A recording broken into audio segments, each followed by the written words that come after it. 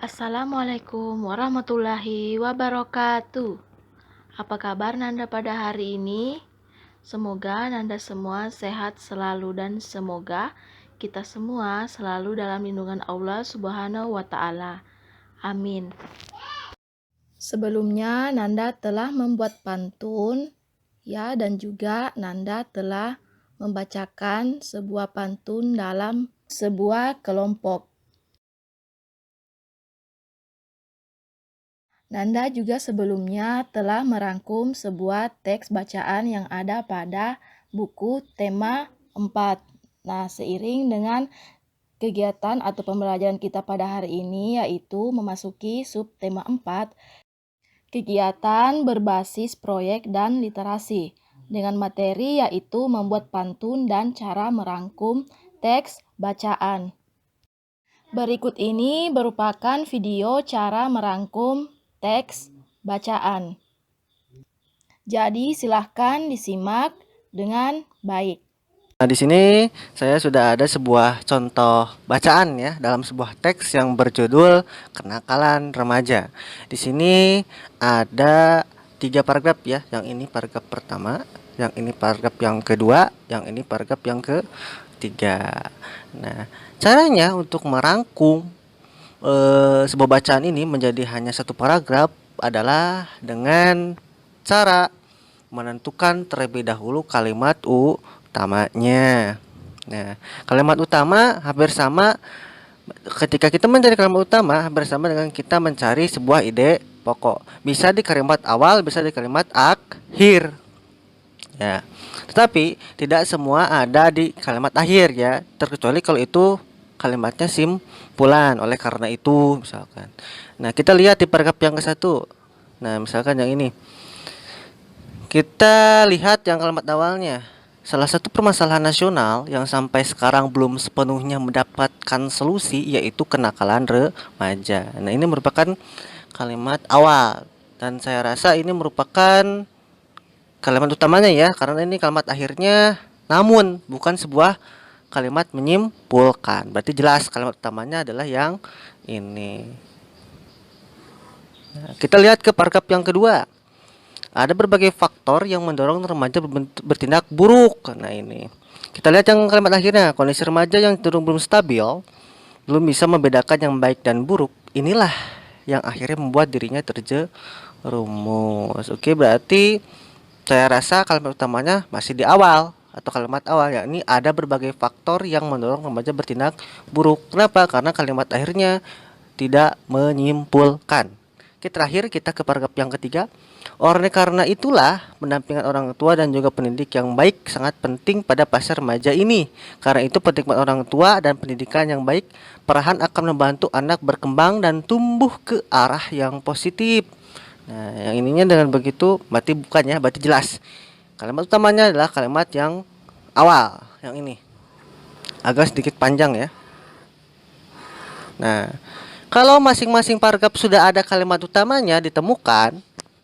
Nah, kalau sudah ditemukan, kita seperti halnya membuat ide pokok. Kita ringkaskan kalimat utamanya. Misalkan kita lihat yang paragraf yang pertama. Salah satu permasalahan nasional yang sampai sekarang belum sepenuhnya mendapat solusi yang itu kenakalan remaja. Tetapi perbedaannya ketika kita menentukan ide pokok dengan menentukan sebuah rangkuman adalah kalimatnya kan kalau misalkan menentukan ide pokok kita ringkas. Tapi kalau membuat rangkuman adalah kita membuat sendiri kalimatnya tersebut, tetapi tidak tidak di luar maknanya, masih satu makna dengan kalimat tersebut, tetapi dengan kata-kata tersendiri kita buat. Nah, contoh misalkan untuk kalimat paragraf pertama, katakanlah kenakalan remaja. Kenakalan remaja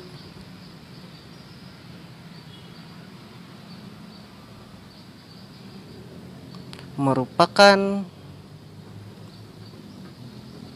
permasalahan nasional yang belum ada solusinya. Misalkan solusinya ya. Berbeda kan? Ini bukan diringkas tetapi kita membuat sendiri kalimatnya, tetapi masih satu makna dengan kalimat utamanya yang di paragraf pertama. Oke, kita langsung maju ke paragraf yang kedua.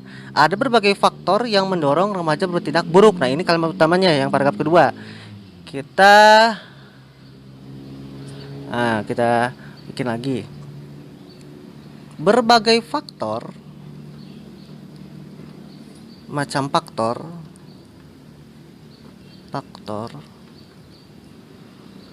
mendorong remaja bertindak buruk. Nah, ini tidak terlalu berbeda ya, tetapi masih ada beberapa kata yang dihilangkan atau beberapa kata yang dibuat kita kalimat sendiri ya.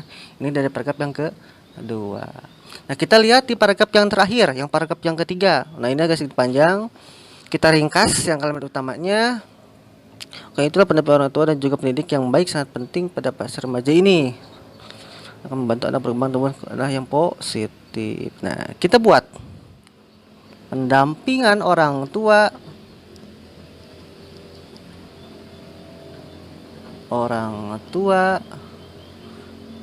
dan juga pendidik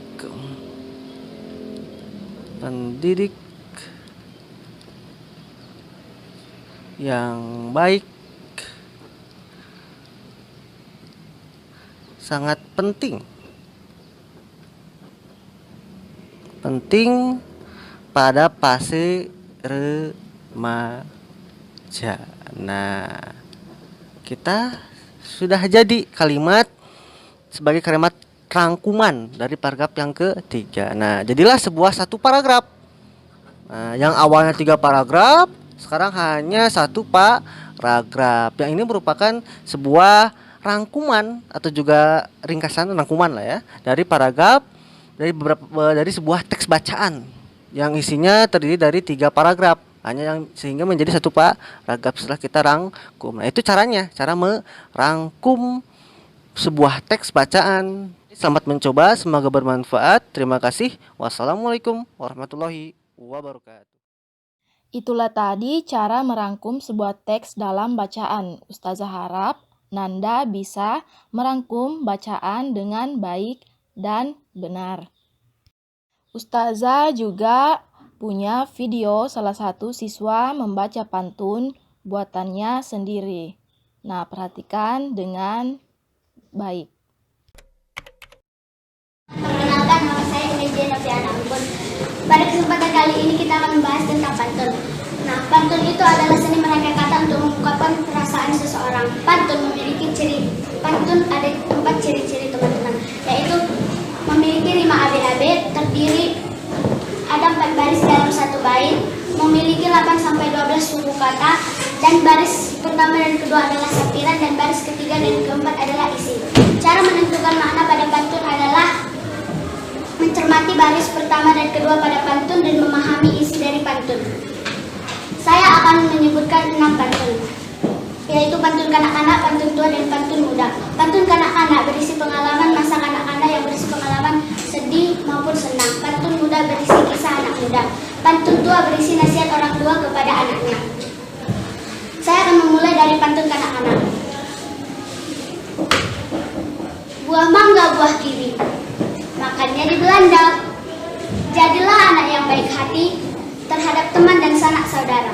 Makna dari pantun tersebut adalah kita harus jadi anak yang baik hati terhadap teman dan sanak saudara kita.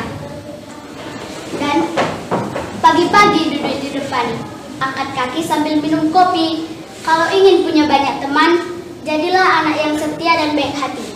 Makna dari pantun tersebut adalah jika kita ingin mempunyai banyak teman, kita harus menjadi anak yang tulus, baik hati. Selanjutnya kita akan membahas tentang pantun muda. Pantun muda yang saya buat ada 2 teman-teman, yaitu ibu pulang dari rumah sakit, ayah masak kuah kari. Mari pemuda kita bangkit, lestarikan potensi negeri. Makna dari pantun tersebut adalah kita sebagai pemuda-pemudi di Indonesia, kita harus lestarikan potensi yang ada di negeri kita ini. Pantun yang kedua adalah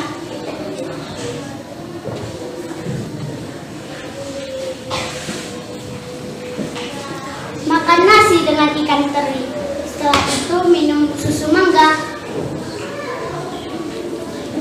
Mari pemuda-pemudi kita banggakan budaya. Makna dari pantun tersebut adalah kita sebagai pemuda-pemudi, kita harus banggakan budaya bangsa kita ini. Pantun tua selanjutnya ada dua teman-teman, yaitu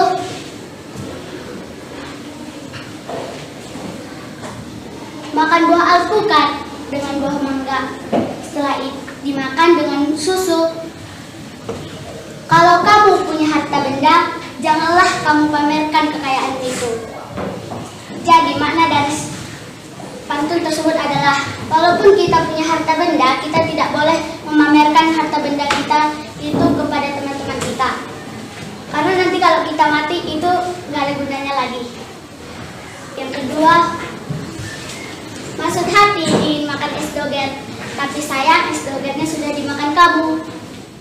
Kalau kamu sudah jadi anak pintar, tetaplah rendah hati.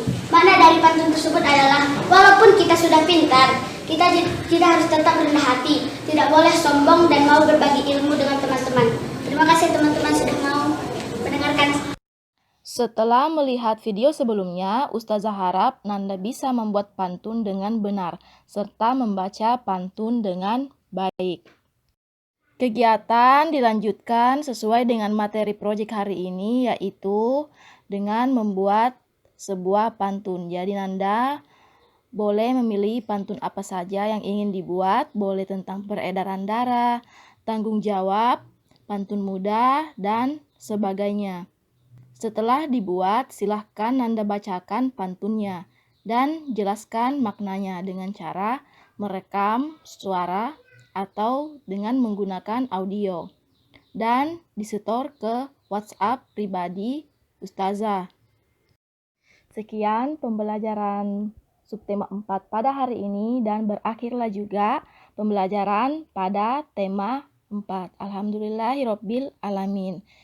Sekian dan Ustazah tutup dengan ucapan subhanakallahumma wabihamdik asyhadu an la ilaha illa anta astaghfiruka wa atubu ilaih. Syukron jazakumullahu khaira. Wassalamualaikum warahmatullahi wabarakatuh.